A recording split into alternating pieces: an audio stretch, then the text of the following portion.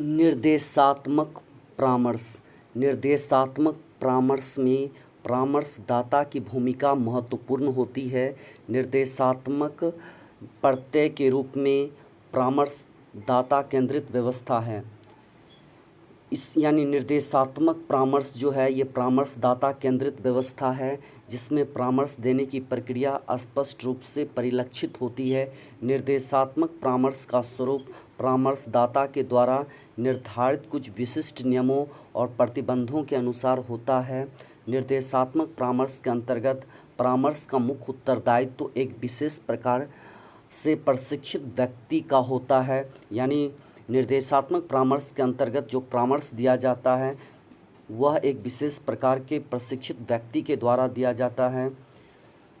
परामर्शदाता परामर्श लेने वाले व्यक्ति को अपने सुझाव के द्वारा परिचित कराता है और इससे सही तथा अपेक्षित दिशा की ओर अग्रसरित होने के लिए सुझाव देता है।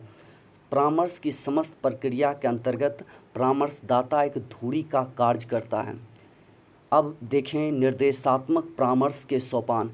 निर्देशात्मक परामर्श की प्रक्रिया को संगठित तथा सुव्यवस्थित रूप से संपन्न होती है। विलियमसन महोदय ने निर्देशात्मक की प्रक्रिया के अंतर्गत निम्नलिखित सोपानों का वर्णन किया है।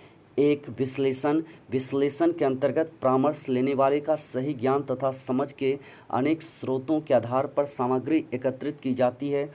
2, संश्लेषण। संश्लेषण में संकलित की गई सामग्री का क्रमबद्ध, व्यवस्थित तथा निष्कर्ष रूप में प्रस्तुत होता है, जिससे इसके द्वारा विद्यार्थियों के गुण दोषों का समंजन तथा असमंजन की स्थितियों के बारे में ज्ञान हो सके। 3, समाधान। समाधान के अंतर्गत विद्यार्थी द्वारा बताई गई समस्या के कारण तथा उसकी प्रकृति के संबंध में निष्कर्ष निकाले जाते हैं। 4, पूर्वानुमान। इसमें विद्यार्थी के समस्या के बारे में भविष्यवाणी की जाती है। और 5, अनुवर्तन। अनुवर्तन में परामर्श लेने वाले नई समस्या के पुनः घटने की संभावना से निपटने के लिए सहायता की जाती है और परामर्श लेने वाले को प्रदान किए गए परामर्श की प्रभावशीलता का मूल्यांकन किया जाता है।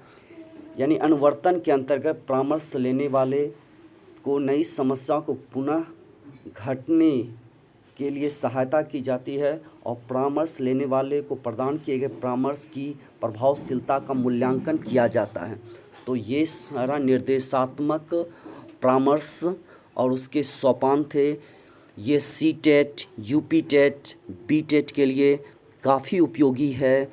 दोस्तों, इसको कंप्लीट करें और इसमें आपको कोई भी प्रॉब्लम हो तो उसको लिखें। Thank you.